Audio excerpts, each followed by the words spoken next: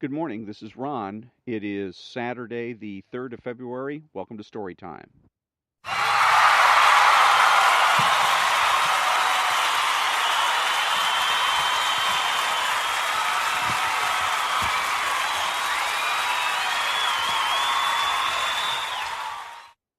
And today I'm reading from an issue of Gentleman's Journal, which is a publication out of London, England. And it is like GQ on steroids. And it's a gentleman's magazine about fashion primarily. And this is the August 2016 issue. And the article I'm going to read is by Joseph Bullmore, and it's called Embrace Eccentricity. If you want to get very good at doing something, try doing it in a quite baffling way. How the devil does she do it? Asked the novelist Colette of her annoyingly prodigious rival George Sand. It's a question you may well have pondered yourself. Faced with the output of a precocious colleague, an eerily successful contemporary, or, I don't know, a middling young society columnist at a gentleman's magazine, we might all wonder just how it is that these people do what they do. And while hard work, luck, a steady routine, and a good deal of talent all come highly recommended, there's another avenue to genius that's often overlooked by people. If you want to be very good at what you do, then you do something vaguely peculiar while you do it. Try this from a book on American writer John Cheever. Every morning for 5 years, Cheever would put on his only suit, exchange some stock market chatter with the other men leaving for work, and ride the elevator in his Manhattan apartment complex down to the ground floor. Then, once everybody else had stepped out of the foyer, Cheever would make the descent into a basement storage room, strip down to his boxer shorts, and begin to write. Or this from Beethoven's student Anton Schindler. The master would stand in great dishevel at his waiststand and pour great pitchers of water over his hand, bellowing up and down the scale, striding around the room with rolling eyes. Then there's Tom Stoppard, the inveterate chain smoker and sometimes playwright. He was notorious for stubbing out a cigarette after one or two puffs and lighting another, said his biographer Ira Nedell. This, he calculated, was the equivalent to smoking with a very long filter. Hemingway wrote standing up and topless at his desk. Woody Allen took 7-hour-long showers a day. Truman Capote would have no more than 3 cigarette butts in any room at any one time. Benjamin Franklin took naked air baths in the gardens of his estate.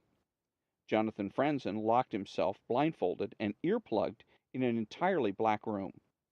Schiller worked next to a drawer of rotting apples. Somerset Maugham stared at a blank wall. Stravinsky stood on his head. There is some method in the madness, a bizarre ritual, as behavioral economist Malcolm Gladwell explains in Outliers, his book on the formulas of success, often acts as a starting pistol to our brain cells, shocking them into action and jolting the creative juices from the gourd. What's more, there seems to be kind of Pavlovian power to the unusual. If you only ever paint wearing a seersucker suit, every time you wear a seersucker suit, you'll be able to paint. You'd also presumably run up a fairly hefty dry cleaning bill. The novelist Nicholson Baker offers the following. You could say to yourself, from now on, I'm only going to write on the back porch in flip-flops at 4 o'clock in the afternoon. And if that feels novel and fresh, it will have a placebo effect and it will help you work. Sage advice, flip-flops notwithstanding. And so the question beckons, what will be your little ritual?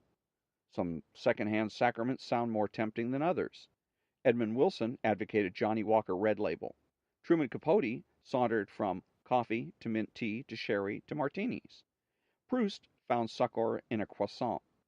But you needn't go as far as Hunter S. Thompson's daily prescription of Chivas Regal whiskey, 60 cigarettes, 8 encounters with cocaine, a double cheeseburger and snow cone lunch, a sharpener of LSD and some green chartreuse, and finally a hot tub meal of champagne and fettuccine alfredo.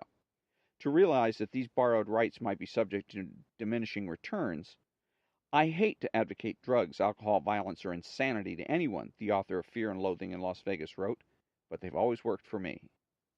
Finding out what works for you will be like a solitary process, whether you're Thomas Wolfe, who found inspiration in the fondled depths of his genitals, or not. and you'll get nowhere by aping those gentlemen before you. You are who you are, says the author Bernard Malamud, not Fitzgerald or anyone else. Eventually, everyone learns his or her own best way. The real mystery to crack is you. Well, here's to cracking on, because the alternative, our exasperated friend Colette tells us, doesn't bear thinking about. In his retirement, the French novelist's father, a rigid military man, set off every day to his office, sealed the door, and toiled tirelessly on his memoirs. He showed his work to no one.